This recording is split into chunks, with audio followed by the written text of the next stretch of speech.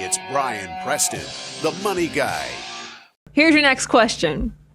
TexAg1 asks, when estimating the future rate of return into retirement calculations for those in the messy middle, should we use a more conservative rate given the market outlook? Okay, cool. So what was the name? Oh, TexAg1? Texad. TEXAG1. All Tex. So, all right. So Tex has asked this question. I'm in the messy middle. I'm in my 30s. And I'm trying to figure out how to project stuff into the future. And I'm trying to figure out, should I be more conservative given what's going on right now? You've asked two questions, but we're going to answer it in sort of in one, right? Should right now what's taking place, what's going on in the world affect the projections that you use? I don't think so, right? Because this is a moment in time, and we have good markets, we have bad markets, we have high inflation, we have low inflation, we have bulls, we have bears, we have all of the above. And if you're in your 30s, you're going to see a lot of these over your working career, over your investing career. Having said that, Brian, when it comes to projections, and when it comes to measuring ourselves, and when it comes to planning out, is it prudent to, on purpose, be conservative in those assumptions? I mean, you're asking a question to a CPA. And there's a reason we get such great insurance rates is because we think about things in very conservative, make sure you don't have to make hard decisions later because you weren't too overzealous with your assumptions. So I think, yes, whenever you're doing any long-term planning, you should be conservative with your assumptions. Remember, when I create any business, I usually come up with 3 business plans. I come up with what I think will happen. I come up with, oh my goodness, we're going to be rich. And then I always come up with, whew, this thing's rough. Mm-hmm. It's breaking down. And even on that assumption where I think this is what I think will happen, I'm always conservative with those assumptions because it makes sense to go into this with those conservative assumptions so you don't have to recalibrate and be disappointed later. It's always better to kind of under-promise, over-deliver, even to yourself. I mean, that's a great service model for anybody out there in the service industry, but it's also a great way to do planning for yourself.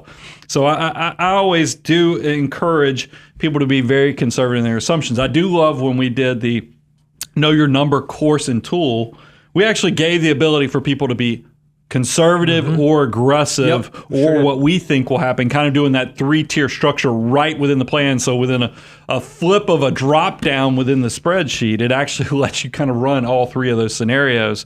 Now, I did want to mention for the part of building that great, big, beautiful tomorrow that when people, you need to understand something about markets.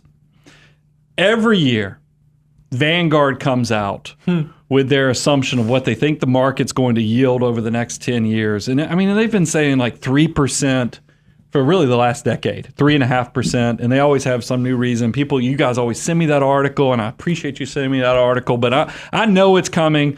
But here's something I need everybody to understand about the silver lining when we have market fluctuations like we have right now. Because you said, because things are down right now, should I make it more conservative?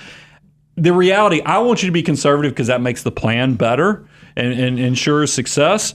But the reality is, markets like now, because you're referencing we're in a bear market, markets are down over 20%, that actually increases the potential for your return over the long term. Because when you say the term buy low, sell high, when do you think buying low is? It's when everybody else is like, oh, running for the exit. There's no way I would buy into a stock market that's down 20% because you put money. I have a neighbor, a friend, hooked them up, setting up their first investment. Then we came up with this plan that we're going to do every month.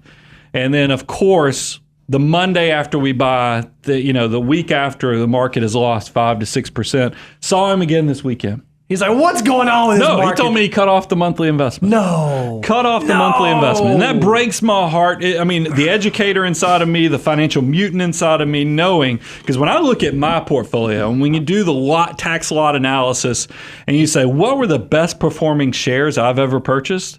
That 2008 to 2009 are some of the sweetest returns but do you think when I was experiencing,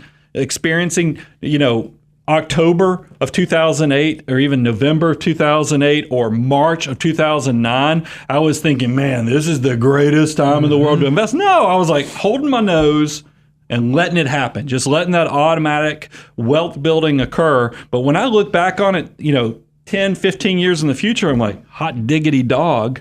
And that's the cool thing about investing is right now, all these shares that are getting beat up and compressed when you're doing your automatic monthly investment, they're going to be some of your best long-term performance. So you might be surprised to find out you actually get a much better rate of return on these dollars than what you anticipated just because of what's going on in the market. Can I say just two more things sure. on this about being conservative in your planning?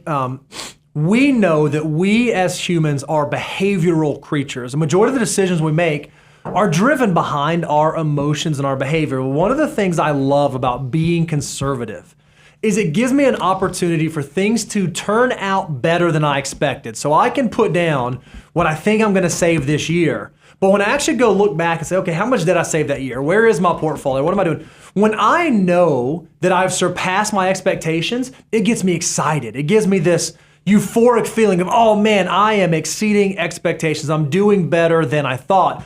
But it also keeps me motivated. It's one of the reasons on my net worth statement, I value my real estate property at cost. Instead of allowing the picture to look better, I want to stay conservative because it's going to keep me motivated to keep making really good, sound decisions over the long term. So I personally, especially for young folks, I don't think we should feel too comfortable too early, because now is not the time for us to take our foot off of the gas. We will have the opportunity to do that later. Right now, be conservative and let things turn out better than you think that they will.